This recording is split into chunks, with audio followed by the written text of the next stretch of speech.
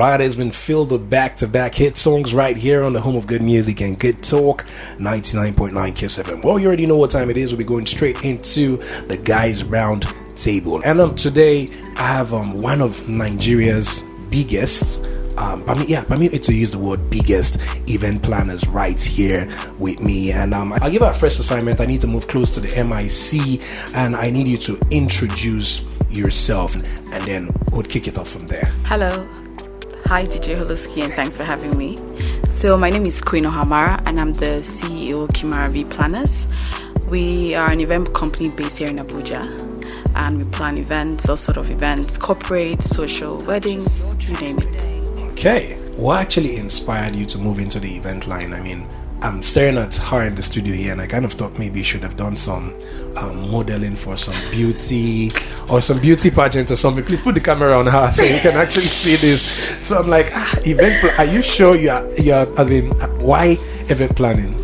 Well, it will surprise you that I actually wanted to be like an event designer, like a decorator. So when I started working with the company that I worked for, I wanted to be like a decorator. But then, I noticed that it wasn't for me. It just hit me because I couldn't. It was too stressful.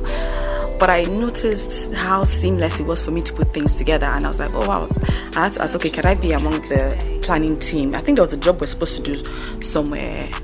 Was it Ibadan? I was like, please, can I be a part of the team? And I was so excited putting things together, making sure the guests were okay, making sure the event flow was right. And for me, it was okay, great. So even when I left the company, I hadn't even made up my mind to become an event planner. I thought I was going to be a fashion designer. Okay. But that didn't work out. So my friend was getting married. I was like, oh, great. Since I worked for an event planning company, let me plan your wedding. But trust me, it didn't go as planned.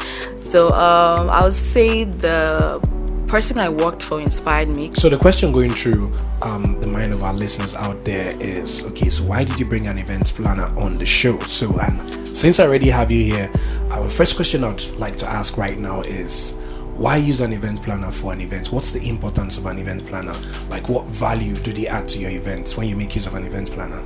Yes, it saves you time and effort. And honestly, it seems so easy. I'm throwing a party. I can just call this DJ. I can just call that.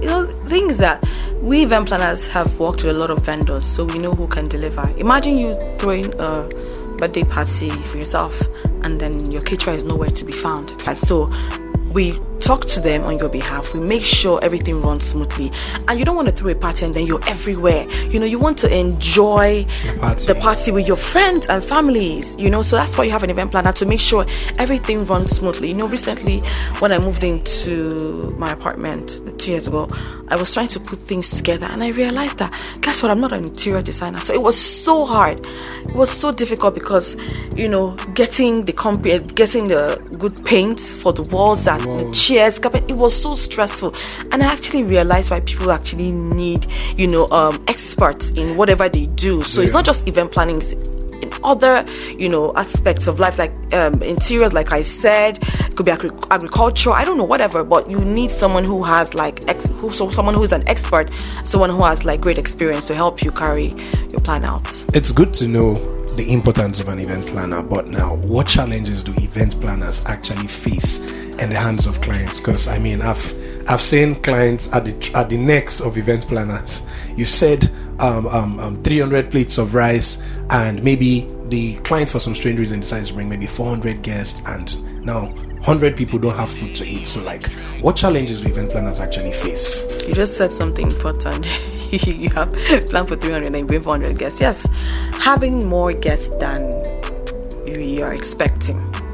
Okay. We've seen situations where they tell us we're working with 500 guests and then all of a sudden 800 guests shows up. Alright, so in a situation like that, what do you guys actually do to cope the situation? Because things like that would definitely happen. Yes. So imagine that popped up. What would you have done to actually sort out the situation? Truth of the matter, I'm going to be very realistic with you. It's one thing to hire an event planner. It's another thing for the client to listen to the event planner. So in a situation like that, is it when you find out that the crowd has increased, that you want to start calling a caterer? It's not possible. So what we try to do is that before the event, we ask them, how many people are you expecting? It is very important that you draw up a guest list. Yes, you might think it's very tasky, but it's important. Draw up a guest list and you'll be shocked at the people. Okay, so there's some people that even overplan. I'm thinking, 1,000 people, but 500 people shows up. And then some people just say, don't worry, 500 people and 800 people. So draw up a guest list and ensure that, okay, so guest lists might not give you the exact number, but it gives you an idea of the people that are coming. Do you understand? Okay. And then another important thing is, so I just lost my train of thought. Another important thing is, when we have consultations with clients and we ask for their guest number, we always advise to prepare for more. Say, for example, we're working with 500. Why don't you plan for 650? So that's way, if there's an extra, if you have extra guests, we can cater for them. The last event I had, I think it was 600 guests that they had, and we had to talk to the client. Why don't you plan for 700 just in case? And what I do is that I always try to keep our there's this backup food I keep, or drinks just in case. So that actually really, really helps to solve a lot. So people there's some people that will come after the event is over, and because you want to try and make a good impression, you still want to serve them. So we always advise before time, plan for more than you expect so that you are not caught off guard. Now, so considering the present times that we are right now, what would you consider as an average budget that a couple can actually use to do a wedding? I don't think we can put an amount to that, honestly. Okay, so you don't have a range that you just know. If someone should hear this right now, they're like, if I call Queen and I tell her you said this amount, exactly. So don't hold me to it. So I'm going to say, when you say budget, it is relative. What works for you might not work for me. Okay. You might be able to afford 10 naira for your wedding, and the next person can't afford it. The other person can say, okay, you know what, I'm able to spend 50 naira for my wedding. So it's different. The thing is, work with your budget. Okay. Do the maths. How many guests can I? Because we have a lot of times clients are, focused on, there's this wedding that they're doing for 500 guests, and they obviously can afford it. And I'm like, you can't, this is so much. But if your parents want you to do that much, then they should also be involved financially. They should be able to support. So you have to let them know that, okay, this is what we can afford hosting 200 people, because there's still life after your wedding. When marriage sets in, you give birth, schools, and all. So many things can come up after the wedding. So we always advise people to plan according to your pockets. So, what from your own point of view, what would you actually say are those things that couples should first look out for first? A very good venue. Okay. A good MC. Okay. A good DJ. Photographer, videographer, catering. Goes on and on, honestly, but these things are major. There was an event we had, and we had a very terrible experience because the client said, I have this DJ friend, and I kept on saying, has he done weddings before? Are you sure of him? And all of that, and she said, yes, we've done. And trust me, his sound was so bad. Shy. Now there's another one we even did, and the groom called the DJ, and his speakers burnt there. Huh? And for me, he was not even, okay, what's the backup plan? There was nothing. He just said his speakers. So it was just the subs in front that were working. Yes. Wow. So imagine the after party that we were supposed to do, it was so dull. So music is very important. Having a good MC to engage the guests is extremely important. Having a venue that have good air conditioning so people can relax, enjoy time is very important. Having a good caterer, you don't want to be, some people don't even eat from their house and then they come for your event and they're hungry, they're starving, nothing. Caterer, drinks, these things for me are like extremely important. I know you, most of the time, event planners are always involved in picking colors for, that's maybe picking colors for Ashoebi or picking colors of the day. Now, please, I don't want to hear the regular primary colors I know, because I've had really strange colors. So can you list, in no particular order, just 5 colors that it sounded so weird? That's now the color is good, but the way they brought out or the name of the color was actually what freaked you out. You know, like I think there was a day I did this on one of the shows, one of my episodes of Weekenbuzz, and I had really strange colors. I had cockroach brown, you know, oh my God. I had police black. Please, if there's any policeman listening, bros, tomato red. Exactly. So, in no particular order, can you just list like 5 strange ones you've had? I need something strong, something deep. I've actually had the cockroach brown. I think I've had the onion purple, onion pink. Onion pink. That's an easy problem. It is a yes, problem. Tomato red, tatashe red. Eh? Yes, I've had tatashe red. You know, what else have I? Ocean blue. And it gets even more God. interesting because when you now see the blue, you're like, but this is still just blue. It's just blue now, bros. Which one is ocean? They're like, no, There's a client blue. that specifically said, no, I just want, when you go to ocean, there's so many. And honestly, it was an issue because the ocean blue is not this one, is this. It was so hard to, but yes, ocean blue was one that, because I've heard of tatashe red and tomato red. But that one was something else.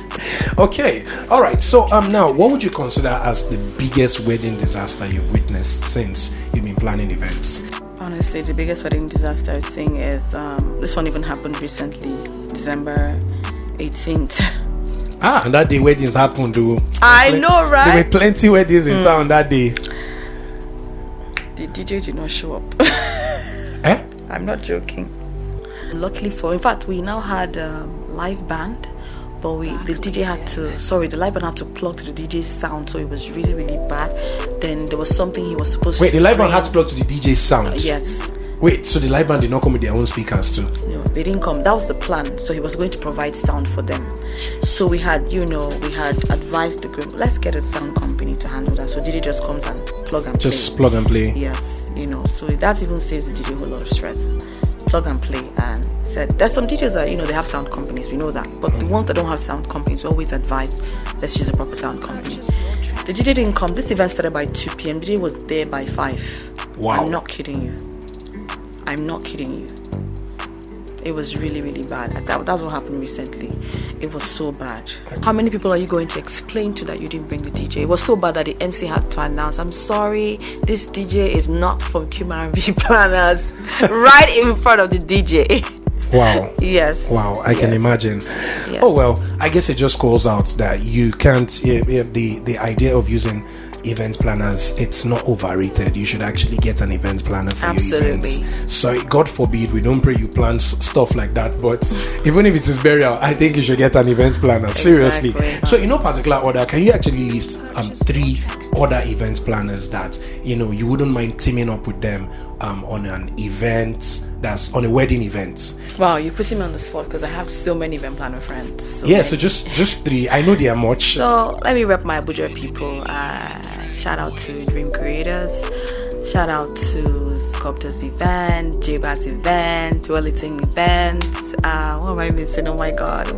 I Believe Bet, Val Event, Corporate Event. There are so many, trust me, and I would love to partner with all these people.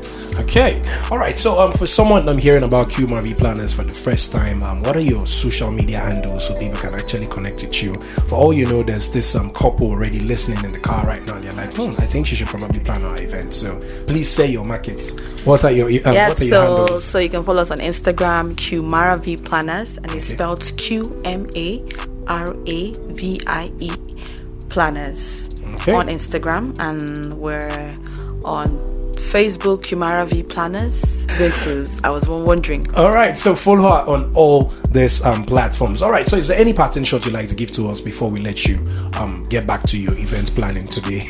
Yeah, so having an event planner plan your event is extremely important, and call us so we can work out something for you. Kiss FM.